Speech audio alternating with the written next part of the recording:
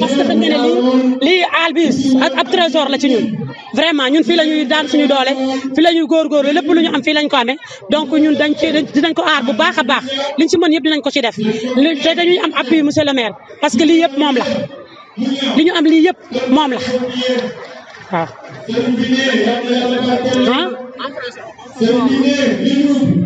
Nous sommes tellement fiers, contents de l'inauguration de notre art du marché de la commune de Malika. Vraiment, nous sommes vraiment fiers. Nous sommes contentes et réjouissantes. Wow. Comment? Ah oui, c'est satisfait à moitié. On attend d'autres choses. Mais vraiment, avec la hall, vraiment, c'est satisfait. Parce que on ne dit pas que nous avons la plus belle hall de Dakar, mais on est parmi les meilleurs.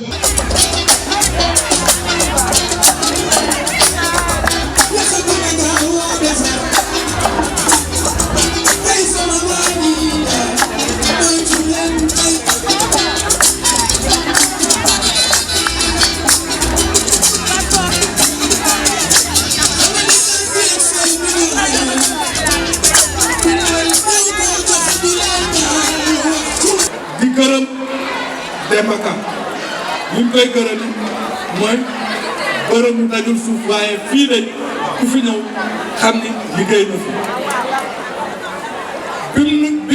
bi mu nangoo liggéey bi dinañu ko liggéeyal tamit daf noo booleeg entrepreneur boo xam entrepreneur dama naa ko grand bu waane nga waane ci li mu liggéey ba mu defaree óol bee ba pare jigéen ñii bëri nañu ñëw ci man ni ma gën seen bu fekkee nga ngeen ngeen wax ma ko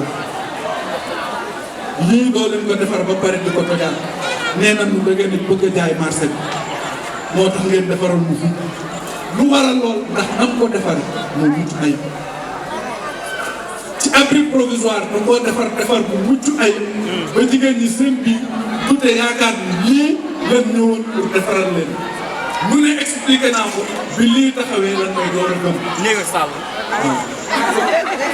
d'accord wax na lépp nee na néeg la ak saal saal bi nag ñëpp kontaan nañu ci qualité liggéey bi tabax bi mucc na ay waaye carrelage bi ci def bëri na salon d'honneur yu ñuy dugg carrelage bi amu fa. kon ki nu doon defaral daf noo ñaagal daf noo yéene ñu ngi koy sant ñu ngi koy gërëm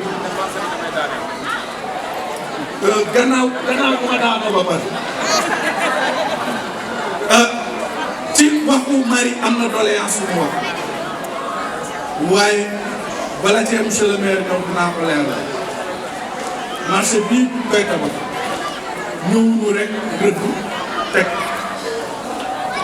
ci plan la lii génne plan boobu mu génne douche yële ci la bokk douche yi ci la bokk plan boobu mu génne jàkka day nekk fii plan boobu mu génne ay cantine day nekk fii plan boobu mu génne mbedd mais dañ koy yaatal defar ko bu oto man faa jaar comme ni ngeen ko bëgg plan boobu mu génne mbedd ma la boole xoolee dañ koy gën a yaatal ba nga xam ne parking bi fay mën am donc bu loo xam dañu la def lay waaye nag bañ boo gis ci benn lay tàmbalee am na ko sànq ku la jox ndékk ku la diggee añ neex a gëm lii plan la boo xam ne dañuy tàmbali doom egg incha allah ak monsieur le maire ba ku mën koo eggale ba ku nekk kontaan ci ah ku ni jaaykatu jën nag ku ni jaaykatu jën ni ko mais su koy di waxee ñu frigo day loo xam ne ñoo ànd te frigo yi nekk fii ku ne xam ne day yàq taaru fii moo tax ci suñuy mébét ñu ngi xalaat ñu ngi leen fi utale chambre froide ba nga xam benn kii bi nekk loolu ñu ngi ci waxtaan ak monsieur le maire waxtaan mu ngi avancé incha allah bëgg nañ ko fay def ba nga xam frigo yi dootu amati njariñ bu boobaa waa marché Guinée di daan jënd glace di glace seen kii yëpp yooyu yëpp dina mën a dugg ci frigo loolu daal mébét la boo xam ne pour dalal xelu mari daal ni ko moom li mu soxla lépp bokk na ci mébét bi nga xam ne monsieur le maire ak conseil municipal dañ ko mébét am lu may deen wax muy métti muy sama naqar ne yaa ko naqar bu leen tabaxalee mel nii amul fenn ci région de Dakar bi ma laajtee nee na óol bu toll nii marché Grand Yoff kese la am ci Dakar région de Dakar laa la marché Grand Yoff kese la ñu tabaxal lu mel nii war ngaa góorgóorlu nag di jaay lekkum bu frais te yomb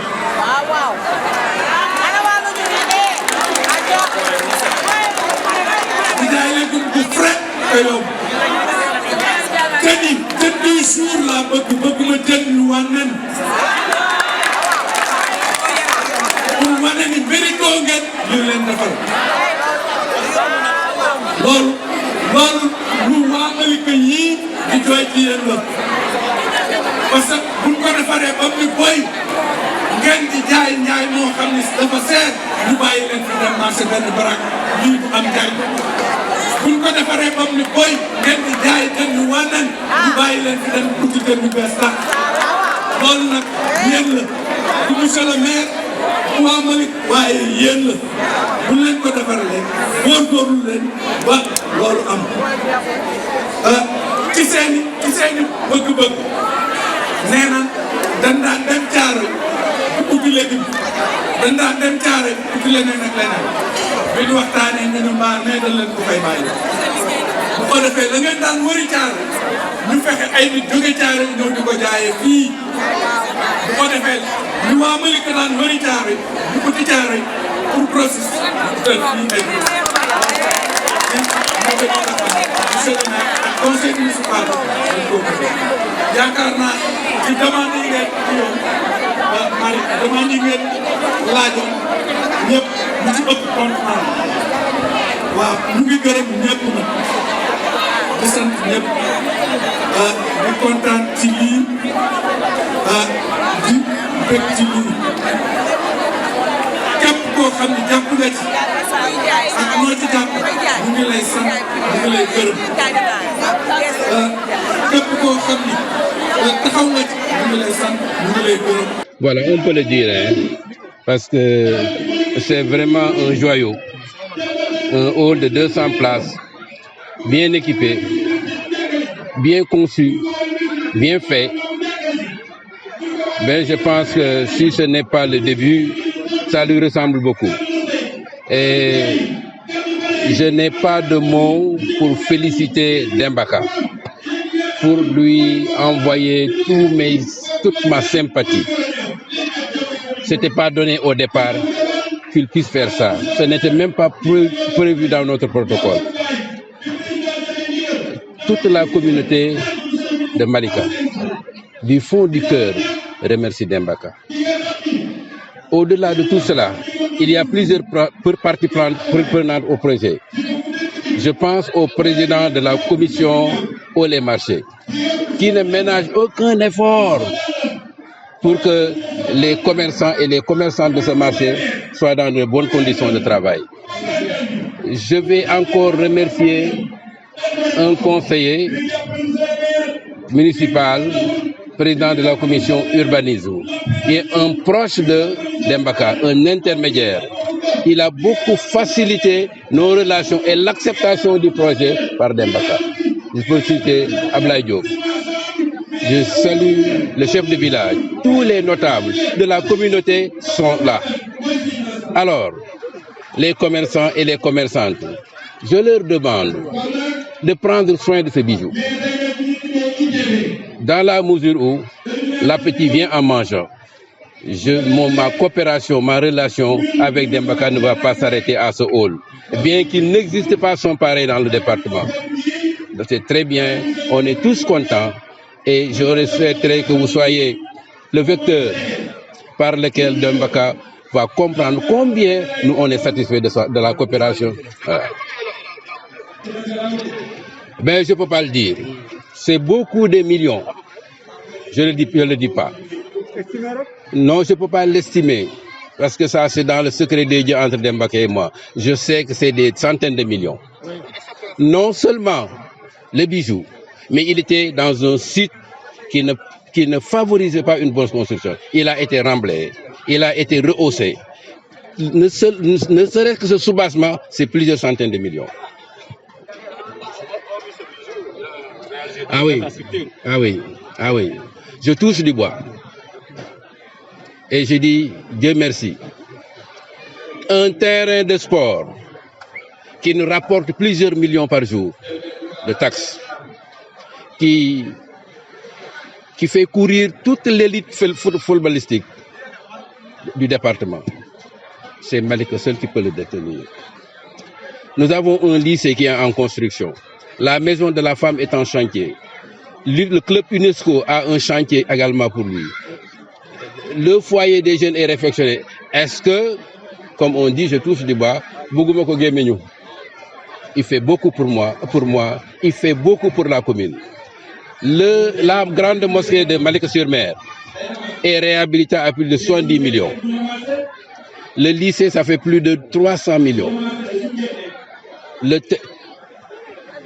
Tout le département de Kermassar maintenant se réunit à Malika parce qu'on nous a fait une extension de la salle de délibération et du bureau du maire. En tout cas, ce n'est pas une simple coopération. C'est une propension de Dembaka à travailler pour Malika. Oui. Non, moi, je ne veux pas parler de ça. La responsabilité sociétale d'entreprise a des limites. Celle que nous concevons avec Dembaka n'a pas de limite. Il aurait pu s'arrêter à 1 ou 2, 3 infractures. Mais il fait ce qu'on lui demande de faire. Et d'ailleurs, puisque l'appétit vient en mangeant, je ne compte pas m'arrêter là.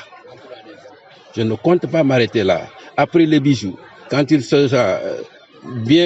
aura soufflé, je lui demande de continuer à investir sur le marché de Malika. Mais monsieur le maire, la population a besoin de savoir combien de millions ça coûte quand même, parce que la population, elle a le droit. Voilà. On va surseoir à cette question, on y reviendra. Donc,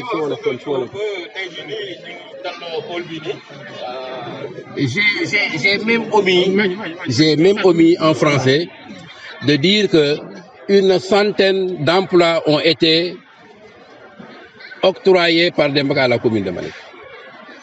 Des jeunes diplômés, en fournissant leur CV, sont recrutés en fonction de leurs compétences. Et une centaine de jeunes de Malika travaillent dans les boîtes de Dembaka. Un investissement de plus de 200 millions, nous ne pouvons pas. Je vous dis, il y a une année, j'ai dit je dois marcher de la campagne électorale parce que la situation est catastrophique. On est dans une cuvette. Il a plu. Campagne. Maintenant, je monte sur les toits pour faire la campagne. Grâce à Dembaka.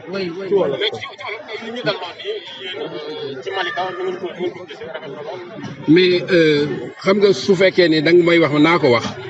peut-être que mën nañ wax ni Dembaka dama koy jappal tang dañu won def micro trottoir dans la commune li len Dembaka defal Malika ndum len jaral xolal jigen ñi jeune joxuma len ben deureum ñom ñoo def sen hôtesse pour montrer leur satisfaction gis nga ñii c'est comme ay xale suñu kontaanee dañ koy wane suñu meree dañ koy wane te man quand regarde mooy xool seen kanam dama xam ne ñii dañu kontaan Demba Ka merci yamul ci lii nag parce que lii moo xew rek un hall de 200 places ñaari téeméeri places boo xam dañ ko carrelé pas n'importe quel carreau def ay évacuation ay porte de sortie d'entrée nga mun a yéeg ci kaw mais Demba dama ko naan jërëjëf man ak moom Demba man ak yow sequñu responsabilité sociétale d'entreprise da nga bëgg a dimbali ma ne ko di ko dimbali.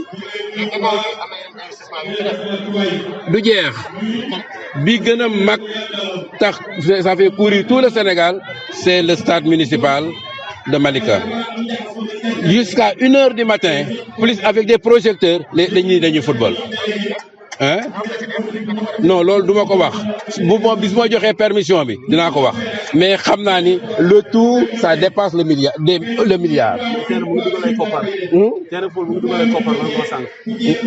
terrain de football bi Ablaye Diop barke dem la ñu def bureau municipal ñu convoqué le directeur du stade li muy rapporté par jour kenn xamul nu mu toll. donc on vient de l'introduire dans ñu koy door a dugal ci suñu budget mais xam naa ni il va le booster très fortement en tout cas Demba Ka jërëjëf mais nag Demba je m'adresse à lui directement. am na lycée boo demee def nañu le mur d'enceinte on est en train ñu ngi tabax fi mu nekk le bloc administratif et le bloc sanitaire dans un an tous les cycles de lycée yu am fii dina am Malika. La maison de la femme, la grande mosquée de Malika-sur-Mer, le club UNESCO, le foyer des jeunes. Donc Demba daal nee naa ko macha allah yal na yàlla dolli sa kattan parce que ñun tamit non dafa dépasser suñu attente mais puisque nag nii la Demba dama ne ñëpp kontaan nañ ci hall bi.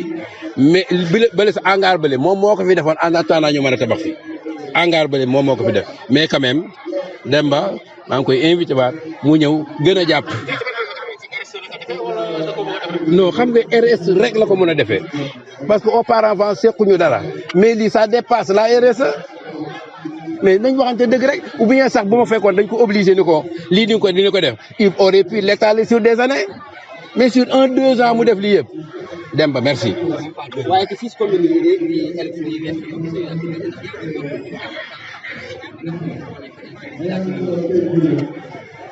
Macky Sall li ma ko considéré ñi ma ñoo ko wax ci micro Macky Sall c'est le président de la République les conséquences moo di moo ma gën a xam Sénégal man waxuma ko tànn ma il m'a demandé en 2016 ma jàppale ko depuis 2016 maa ko jàppale mais en 2021-22 waxuma ko jox ma sa récépissé boobu moo ma ko jox mais puisque nag man dama xam ni boo ma sasee damay bay sas bi ma ko joxee daf ma gën a motiver pour ma fexe mu gagner. Dieu a fait qu'on a gagné et pour l'image je dis que c'est 6 navires en haute mer tous chavirent sauf un. Dieu merci.